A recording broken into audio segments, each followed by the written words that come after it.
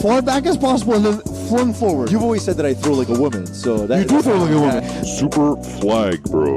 You actually look like our mom throwing. You realize she was Man, better than why both you of you, gotta say right? that? By far.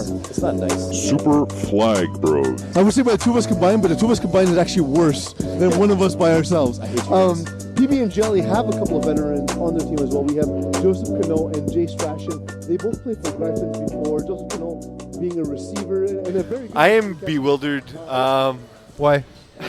Because you come in here and start the show by asking if the volume knob makes the volume increase or decrease. Like you've never seen a volume knob in your life. Too many knobs. There's a knob here, there's a knob there, and there's a knob here. Too So many just, goddamn just knobs. context, every week these comes in and can't hear himself because we haven't done the mic check yet, and then proceeds to complain about this for several minutes as we explain to him it's normal not to hear yourself, and then starts playing with random knobs, apparently which he's never seen before. Yeah. I am your host, Pease Delarize. The man who can't control his volume or anyone else's is Deez Delarize. What's up? My super flag bro in life and in flag. And of course, this is the Division 6 podcast, Super Flag Bros. Deez, where can people find you?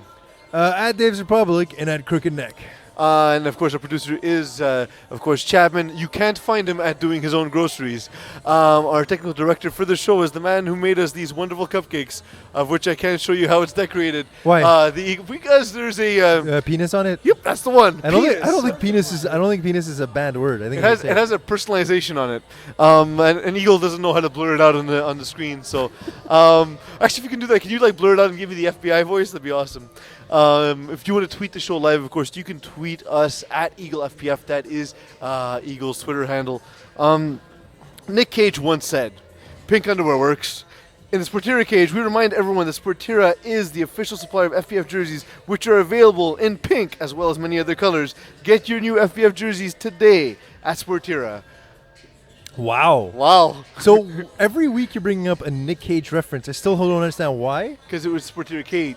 Nick Cage. In the Okay, Sportera all right, Cage. all right. Moving on. It's the thing Sportera asked me to do this year. No one asked me to do it. No one asked you to do No it. one asked me. I just like watching. I don't even think Sportier knows we're here. We hope not, because Yeah. then they'll start charging rent. Guys, John Stamos looks amazing. Yes. Have you guys taken a look at Fuller House? Yeah, not my thing, but sure. It's pretty terrible. Lots of hot blonde but goes on it though. I couldn't believe the dude looks younger than I look now. Yeah, because he gets plastic surgery. You don't. No, but he doesn't even have that plastic surgery look. I think he is Dorian Gray, and I'm the portrait. I'm what's left behind, and I'm the bad side of the deal he made with the devil. Awesome. I'm what John Stamos should look like in his 60s. So Speaking of John Stamos, CMS Laval beat the team Fort 20 Blazin as they won the game 39-38. Vince Maniti threw 5 touchdowns on 9 completions. Team Fourth and 20 actually outplayed CMS in the second half. Why did they eventually run out of steam? you know, I just want to point this out. It's so funny how we're in a league where you can throw nine passes and complete like 5 touchdowns, right? Yeah, it's kind of crazy, he didn't right? throw 9. Yeah, he threw 20-something passes. How many passes did he throw? Yeah, no, well, out of 23, he completed 23, 9. Yeah. So 23 attempts, completed 9, and Right. 5 of those Yeah. were touchdowns. Like the completion percentage you need in this league to succeed does not have to be that Wow! high. As you move up in the divisions, Well, I'm talking about Division 6. in Division 6, absolutely, there's a lot of volatility. But so you're asking me, okay, well, what happened in a stretch run? And we see this a lot where teams come out cold in the second half, and maybe it's not even the second half. Maybe it's just the fourth quarter, the well, last they got 5 better minutes. in the second half. They got better. They just ran out of steam. Why would a team who seems to have all the momentum just run out of time like that? Well, usually what happens is that it's such a short game that we're playing. It's about 45 minutes in total. 44 minutes. and 44 per minutes half. and 5 plays. So, you know, the amount of time that you have to like de-rust, you know, you don't have to unrust. Is that unrust or de-rust? So Both are applicable, I guess, for Duke. So what are you laughing about? I need you to look up if de-rust or unrust is a word. I need to know that. So what happens is that because you only have 44 minutes with all of those time stoppages and not time stoppages, but you also have a halftime. You have like 5 minutes at the end of the game. What happens is like you really have to hit your stride right away at the beginning of the game. Starting off slow in this league can really be very detrimental for your team because you start off slow. It's such a short quarter, man. It's like 20 minutes a half. You know, it's really what I'm trying to get at here is like I would rather have, and you can either agree or disagree. I'd rather be in a situation where I start off the game hot, 6 touchdowns there.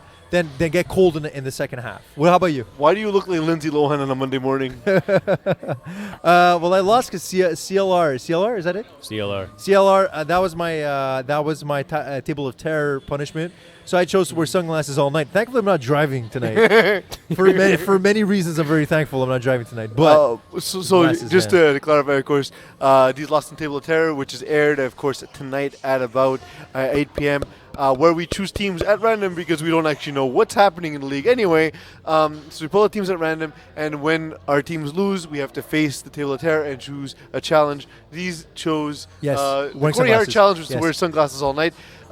Hey, Chapman, is unrust a word or is derust a word? So it's weird, but they're both words. They're both Okay. words. but So- but not used in the correct way at all. They're just types of rust. okay, so What type of rust is unrust? okay. Unrust. While he works on that, I just want to point out that A, I was right about everything, and secondly, you didn't answer my question yet. I asked you, would you rather be in a situation where your team starts off hot and gets cold, or starts cold and gets hot in a 44-minute game? I would rather start hot and end cold because you can probably survive the game. You could slow down the pace. What if you're just always hot? I mean, Then you're John Stamos. but that's it. So you'd rather take that. What's unrust, Chapman? It just gave me a definition for rust. All right, cool. So Laurent Denis was not rusty as he was much more efficient for CMS. Yeah, 12 of Laval. 19. 12 19 passes is pretty efficient. Yeah, and he was one of three QBs to start for CMS. Is he the right choice for them moving forward? Yeah, I mean, I think so. I mean, look, when we look at his production, it's pretty high, and it's also the fact that he's able to distribute the ball a lot. It was cool to see guys like Charles Hebert get the ball a couple of times. A very productive game, 1 touchdown. Marc Olivier Jean also got into the action. I mean, just in general, there was a spread. There was a spread on that offense. They were able to complete a lot of passes throughout. So really, like, and you look at a team like 420, like basically their offense was surrounded around Eric Chache. So in a way, like it's great. It's great to see one player be productive, but in a game like this that's close, where both quarterbacks are playing a really, really strong game, it's nice to be able to see an offense that where they spread the wealth. Chapman, what's D-Rust? It is a place, actually, a small village in Klein Karoo. Wow. I need to visit D-Rust one day. So these. Yeah, man. We look at another team that's gone rusty. Who? We look at Jean Guy. They started the season 5-0. Yeah. Now they've lost the next 3 games as they lost to PB and Jelly, And they- 33-12.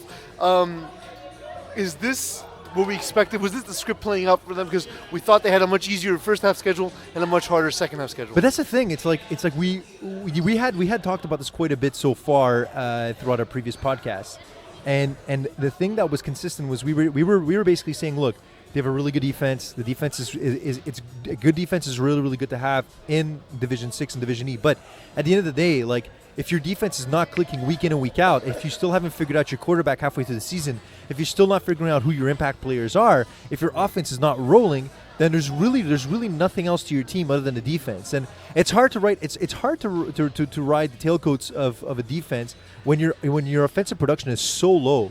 And what scares me a lot with Jean Guy right now is that not only have they gone cold, but they might go ice cold because their next games are going to be tough. They're coming up this week. They're going to be playing against TD Zimbir.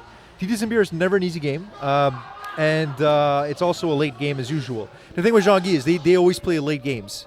And I've always said with late games, already it's tough enough to get an offense going on a late game. You realize most of our games are 11 o'clock as well. Who, me and you? Yeah, for Dark Moose. But I'm not talking about us. I'm just talking saying about that, I'm like, talking about a team, but we're not even talking about the same situation. I'm talking about a team But I here. don't know how time affects Yeah, it. no, but it does. When you have almost zero offensive production every single week, having late games already doesn't help you enough. Like, you already don't. What I'm trying to get at is you already don't have enough energy on your team offensively. So how are you supposed to get that energy at an 11 o'clock game, an 11 p.m. game? I mean, look, we've played these games, like you mentioned. A lot of our games are late. Like, you need that extra kick at the end of the day, like to be able to get through an 11 p.m. game. That's fair. So that's what I'm trying to get Dylan at. Catelier, he got his season kick-started. He's having his best season so far. By far. He has caught 11 touchdowns. What has he done so well? Does he play in other divisions, or is this his only? Right now, this is the only division he's So playing. for me, when I look at him, he's like playing in for the offensive player of the year. for wide receiver of the year. Yeah, absolutely. wide receiver of the year by far. I think he's had a great season. We didn't foresee him having such a great season, but you look at this game, right? I don't know what PB&J is a very, very good team. I put a lot of trust into Joseph Cano, and they have a lot of really good players. But with the emergence of Dylan Catelier, it's almost like they have that go-to guy. And it's so nice to have that because every week in and week out. Why aren't we talking about it more than we are then? Like, No, why I hasn't he honestly come don't up? know. Like, why is no one around the league know Dylan at this point? It's tough to say. I think it's also because Division 6 or Division E generally doesn't get enough notoriety Six. at 6. Thanks. Doesn't get enough. It's Chapman when it comes in the 6.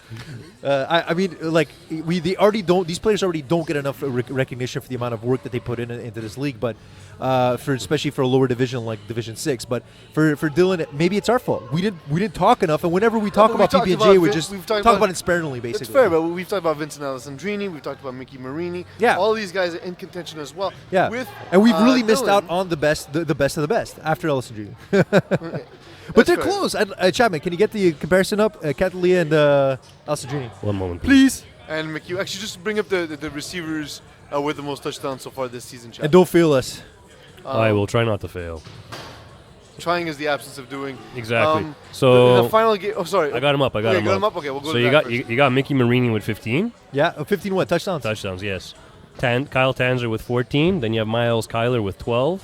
Vincent Alessandrini with 12. Yeah, but how about yardage-wise? I think that Catalia is killing it in yardage, though. Mickey Marini is just dominating everyone. Yeah? He's 100 yards up on George. So what? Insert nickname here, please. Faster. Elie Voyer with over 100 yards. So what is the top yardage for? 635 right Okay, now. thanks. That's disastrous. That's huge. That's a lot of yards. In the final game, we had Brick Squad taking on Nighthawks. Brick Squad won the game 21-14. Nighthawks were shut out in the second half, and Brick Squad's Tony Kostopoulos and Vincent Crivello had interceptions. How can a defense adapt in the second half to choke out a team the way they did? Yeah, it's really tough to maintain that defensive dominance throughout a game, especially when I almost feel sometimes like that break between the first and the second half.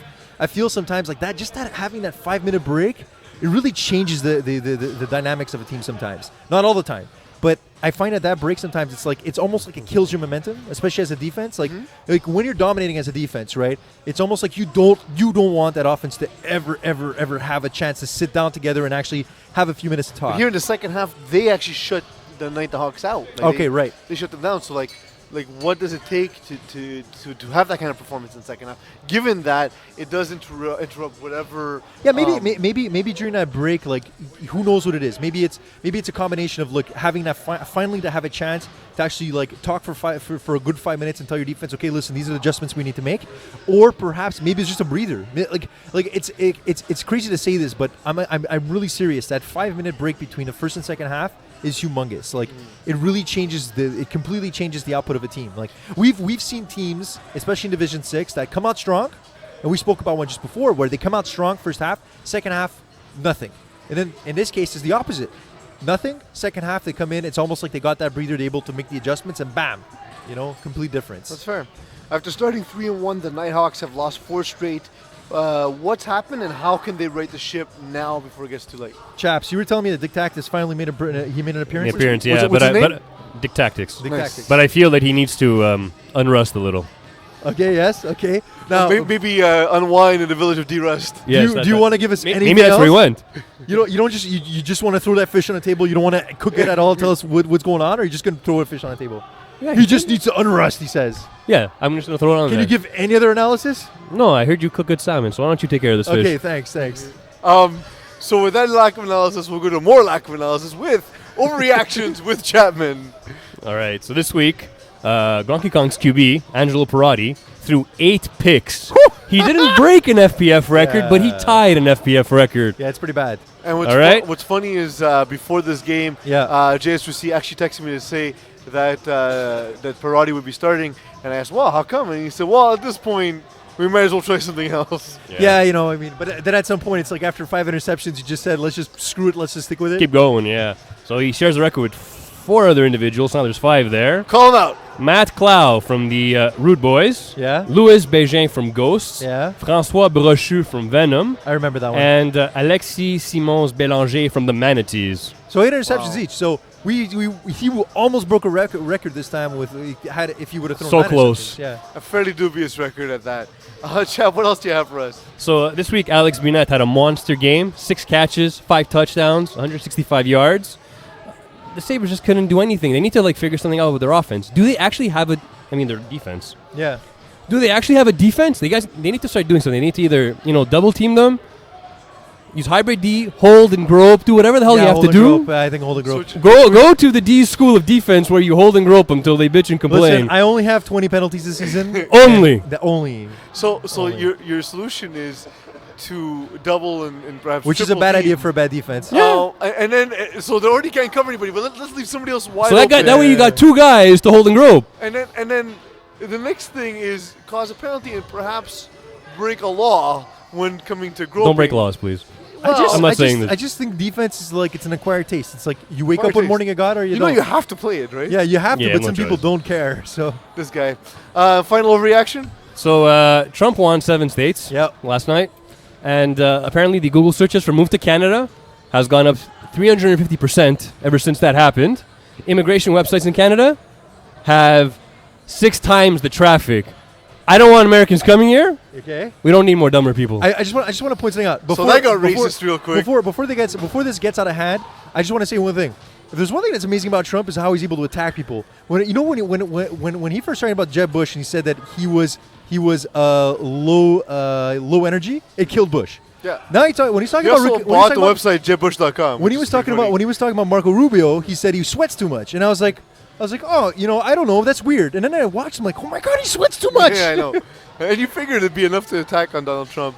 While I ponder whether or not it'd be a good idea to have more Americans. you know what? It's more FPF players. So move Yeah, to that's Montreal, true. That's register for FPF. They can't handle It's the a great cold. time.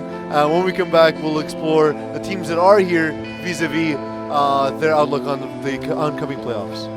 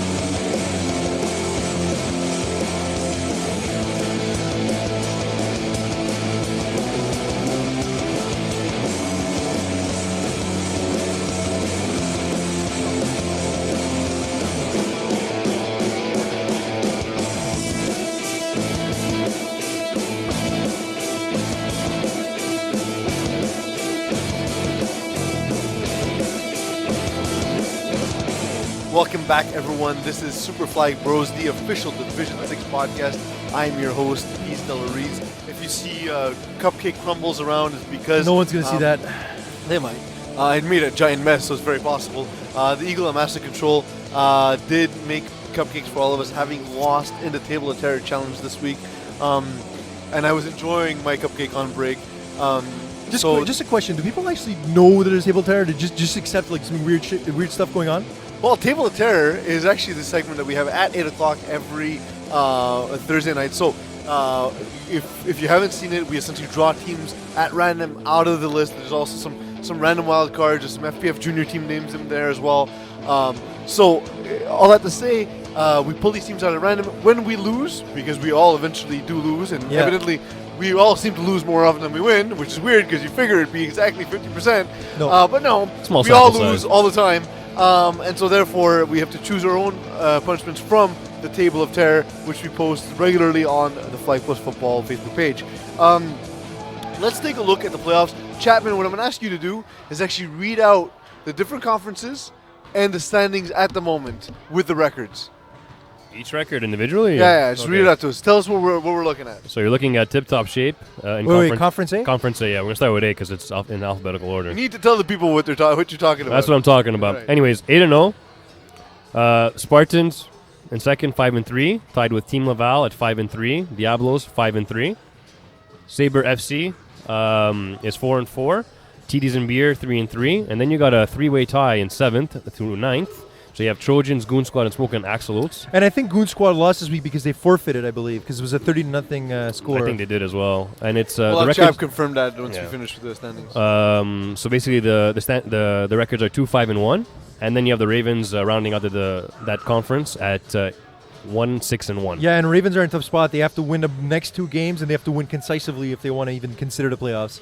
And I just don't see that. Concisively? Is that a word? Concisively. I also need you to look up concisively. I'm not looking that I up. think that's a word. It's a word. I don't think it applies. Probably it means not. it means to do something very concisely. And also concisely is the word, not concisively. Conference B. Conference B. All right. So then here you got PB&J at 8-0. Yeah. You got NWO at 6-2. Gamecocks at 6-2. Brick Squad at 6-2. Jean-Guy at 5-3. Nighthawks at 3-5. CMS Laval at 3-5. 420 at 2-6. Victoria's Secret 1-7. And Grand Kong 0-8. Yeah, So and right now, the teams that have clinched are Tip Top Shape, Team Laval, Diablos, Spartans. Yes. In Conference A. Conference B, we have PB and Jelly, Gamecocks, Brick Squad, NWO, Jean-Guy, and the only team to have clinched the conference is Tip Top Shape. No one yet has been eliminated, so that's good. So I mean, that means each team is playing for something week in, week out. Chapman, take a look to see if that game was a There were no stats up, so I'm guessing it was a forfeit, yeah. So you believe it was a forfeit? Thank you, Eagle, for that signal. It lets me know what I need to do. So as we're looking at here, let's start with a team we mentioned earlier tonight, Jean-Guy. Given that they're doing exactly what we thought they would do, and that they would win the first 5 games and then start to lose in the second half. Yeah. Are they the making of a team that will get better in the playoffs, or are they one and done type?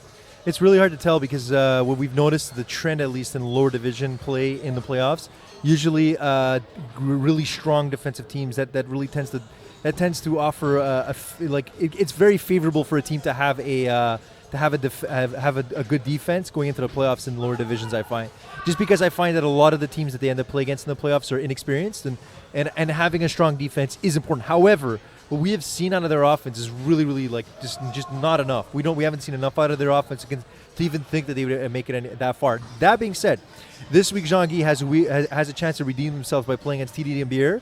So I really want to see how this game's going to really, how it's going to play out, because this potentially will affect their standings and affect who they will play against in the playoffs. TDs and Beer is the team I'm probably most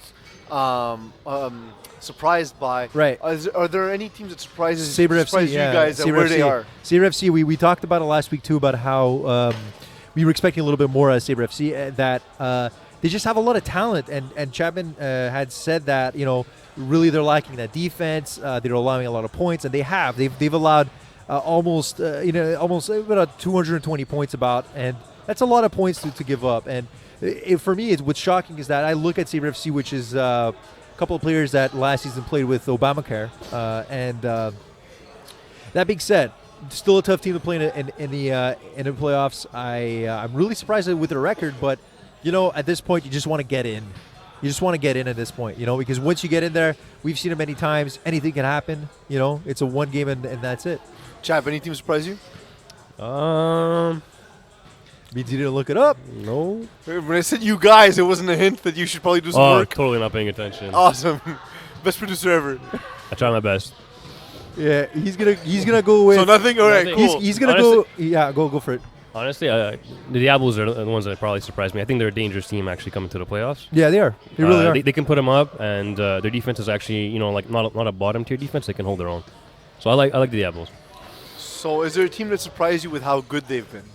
How good they've Out of been? that? Well, 'Cause aside for from me, the let's say, Diablos, for yeah. example, I'm surprised with how well PB and Jelly has done because I've been a first-time quarterback in this league, and I'm a guy who's not a natural quarterback, and I struggled to start. So see Joseph Cano in that same position but just thrive immediately, that's very impressive to me. Well, I think for myself, I've been pretty surprised with a couple of teams. I've been surprised with Spartans. Spartans have come out and played pretty well. Given that they were royalty and struggled last season. as Right, and I find out when you look at a team like Spartans, it's almost like they've learned a lot from last season, and there was a lot there. Last season I feel like they learned a lot, they grew a lot. They were underdogs all throughout last season, and they were underdogs this season as well. Like when we looked at them coming in, we just kind of we were like, nah, they're really not much there. And then as we've seen them play, as they have played tough, big tough games this season against high quality opposition. They have once again proved that, you know what, going into the playoffs, I'd be scared to play against the Spartans. Chapman, you mentioned there was a three-way tie. What is the tiebreaker for a three-way tie? So the tiebreakers go points first, the actual Points points first, that you okay. scored. Then it goes wins, and So if a team has got two ties versus a team that's got an extra win, the the wins team with the more wins gets will the tiebreaker. prevail, yes. Okay. Then after that goes the divisional record, and if all that is all square, then we go to points against. So your defense does actually matter. I don't believe it. That said, I mean, it will matter, especially as we see three teams tied. Trojans, Goon Squad, Smoke and Axles, all in the bottom tier of Conference A, all tied, trying to get that one spot. Yeah. You look at Smoke and Axles, you look at Ravens, Victoria's Secret, Donkey Kong. Do you see any of these teams jumping up to make the playoffs? I'll be really honest with you. I kind of thought the Ravens by now would have kind of won a couple of more games just to kind of put themselves up there. The roster consistency's killed them. Yeah, and that's honestly something that kills a lot of teams in this league. It's really hard sometimes to get players out, especially for many reasons. Sometimes it's maybe just disorganization, but who knows what it is. They just haven't had enough players to really be consistent. But other than that, I look at Gronky Kong. Look, it's tough. They just came off against they came off against one of the worst games I've ever seen. 8 interceptions in a game. They haven't figured out their quarterback. And then you know what, Victoria's Secret. When I see Victoria's Secret, I thought they'd be a lot better than what they are now. Smoke and Axles, I thought that with a little bit of experience and having more experienced players this season that they do better. But that being said, I wouldn't be surprised to see any of these teams making it in. All right. Except for Gronky with Kong. that, we'll make our quick picks and we'll wrap things up. So you're not ready at all today. Yeah. not ready. So There's okay. a script that you get every week that tells you. Yeah, But yeah. it's because you haven't I- looking up us- these words, dude. Usually we do science hour first, but anyways, okay. Today we'll do picks first. Okay, thank you. You didn't follow the script. No. So game one is Trojans versus CMS Laval. I'm going to go CMS Laval. They're going to ride the hot wave. Trojan, CMS Laval. It's so funny that they're both ranked the same in their respective divisions, ranked at 7. I'm going to go with the tie. Fair. Sabre FC versus Brick Squad. Yeah, Brick Squad for this one. I think Brick Squad's got a better defense. I talked about the defense too many times without going into too many details. Hopefully next week we'll talk a little bit more about them. But Brick Squad's defense is fantastic. They've been a great team this year, and Sabre FC just have not lived up to their expectation. I keep thinking Brick Squad are going to falter. They haven't. Brick Squad will take it. Team Laval versus 420. 420 what? Blaze it. Well, I'm going to go with 4th and 20. I just think that there's a lot on the line for them. They got to win, and I don't even know if they know what their record is, but they have to win this week. I think they're going to pull it out. I'm going to agree with Duke on this one. A lot of agreement this week. Battle of the Undefeated. Tip Top Shape versus PB&J. Game of the Ooh, week. Yeah, game of the week. I got to go with my boy Cano. I love what PP and Jelly's done, and Dylan Catelier, wrong. the least talked about receiver. We're You're going to wrong. be talking about you nonstop. You're from now wrong on. 1,000%. Can we make a No, bet on this game? PB and All right. Okay, And what's the bet? an extra side bet from an Yeah, extra side table bet. player I'm challenge. going to go with TTS. You're going to go with PB&J. All right. So what's the side bet about? What are we Well, voting on? if you lose, you have to choose another challenge from the Tale of Terror. Punishment. Okay. All right. Spartans versus Nighthawks. I'm going to go with Spartans. Spartans have Nighthawks haven't won in the last 4, so Yeah, no, let's it's go hard for me Spartans. to disagree with that. It's just Spartans are on the way up, Nighthawks on the way down. Ravens Down, versus down, NWO. NWO look good. They're an experienced team. They took it to Gronky Kong. That's what you expect an experienced team to do, is beat up on the. Yeah, on well, they the had newer teams, Howak and playing with them. No kidding. not this past week, Oh no. but still. But They didn't still. need him this week. Victoria's Secret versus Goon Squad. Well, if Goon Squad shows up, maybe they'll win. So I'm just gonna have to go in terms of I'm gonna go Victoria's Secret. I'm going to go tie. Nice ties. Diablos versus Gamecocks. It's a good game. I'm gonna go Diablos. I'm going to go with Gamecocks. Diablos, they allow too many points for me to be comfortable with. Jean-Guy versus TDs and Beer. TDs and beer for me, my man. Teas and beer because we predicted Jean-Guy would struggle in the second half, and I want to seem to be consistent. You're not. Nope, not at all. Gronky Kong versus Smoking Axles. Ooh, crap game of the week, and I'm gonna go with for just because we talk so badly about them, I'm gonna go Gronky Kong. I feel that I know that nothing I say is gonna help, but you know. They're a mess. I had to help them find a player last minute for their game. It's hard to get guys out when you're not doing well, so because of that, I'm gonna go. Well, with, also because it's a Smoking late Axles. game. A late game is hard to sure. get subs. And we're done. And Next that brings segment. us And that we're brings us to our favorite part of the show. This is, of course, Science Hour with Duke, where we give Duke a scientific concept each week, and then he defines it, and that becomes the new definition for the term. Chapman, do you have a Science Hour for Duke? Yes, I'm prepared for this one. Ohm's Law. Okay, can we just make a new law that no more laws or whatever theories? Can we just stick with one word? I'm stupid enough as it is. I don't need two words to get in my way. So what's the word this week? Ohm's Law. Ohm's- O-H-M, comma, S, and then law. Can you tell me if it's medical or Apostrophe, scientific? not comma. I meant apostrophe. Next season, we're doing grammar hour with Chapman. Okay, so Don't do that with me. so Ohm is a dude. He's probably German. And what? And is it medical? Is it scientific? Dude, Scientific. I I said. can't- Science Hour. Science Hour. Come on, man. Okay, so it's science. By the way, anything medical is scientific. They're related. What do you have to be a jerk for? Ohm's law. What is it about? It's about the body. Ohm's Law. What's the definition? Let's go, man. It's a German law. What would Germans make a law about? It's like okay. Bodies. Okay, so I got this one. So Ohm, I think was someone messed up. They wanted to say the word Holmes law. So it's like they weren't feeling it. They got home, drank a little bit too much tequila, and when they got home, all the houses looked the same. So they're like, Ohm's law is that I'm gonna eventually get this right. So they just rang on each doorbell until his angry wife showed up and answered the door. So that's what Ohm's law is. So Ohm's Law is when you drink too much and then can't find your home, so you ring on each doorbell until eventually Your angry wife your shows up. angry wife will answer the door. Any final thoughts, Tees? She's like, where are you? I'm like, I don't know, man. Ohm's law. Any final thoughts? Final thoughts. Well, guys, we're approaching towards the end of the season. It's hard enough as it is to show up at 11 p.m. It's hard enough to get your team to show up, even if you have a bad record. I would say, you know what? For the players that don't want to show up, buy them some donuts or something. Just be nice to them. Just get them out to the field. We don't want to see any more forfeits. Chap?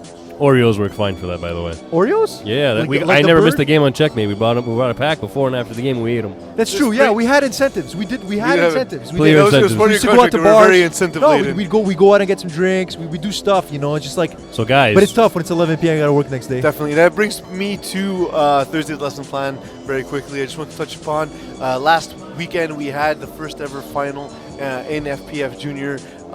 It was honestly, having coached FPF Junior, it was an amazing experience for those of you who have kids, those of you planning to have kids, those of you who have children you won't plan. Yeah. Do sign them up eventually as soon as they're old enough for Flag Plus Junior. It's a great way for them to learn the skills they'll need in tackle in a healthy environment. It's absolutely a blast. Tell your friends, tell your kids' friends. Don't rent an ice cream truck. That's just creepy. This is weird. I heard you lost too. Is that it? We did lose, but you know what? Honestly, it was the loss. I lost a championship in FPF. I took this loss harder than that loss. Why? It was having been there with the kids and having worked with them all season. To see them in that spot, it was heartbreaking for me. It was. Did you cry more than the kids? Oh, I absolutely cried. I cried. I was watching a Notebook. But did you cry there? Or did you hold your tears when you went Held to it the till I got car? home. Held it like I got Yeah, home. that's good. You were a real man Yeah, about it. That's good. I went home, put on some Phil Collins. Just don't Drop cry. some tears. As a coach, rule one as a coach: don't cry in front of the kids. That's true. That's hold true. it. Hold it till the shower. And that's about all for Division 6 this week. Remember, goodbye. The fake Oreos are the worst. Have you ever tried the fake Oreos? The no name ones? Yeah, they're terrible. Cause like, how do you screw up Oreos? They probably done it in the same factory. They're like, let's put less white shit in there.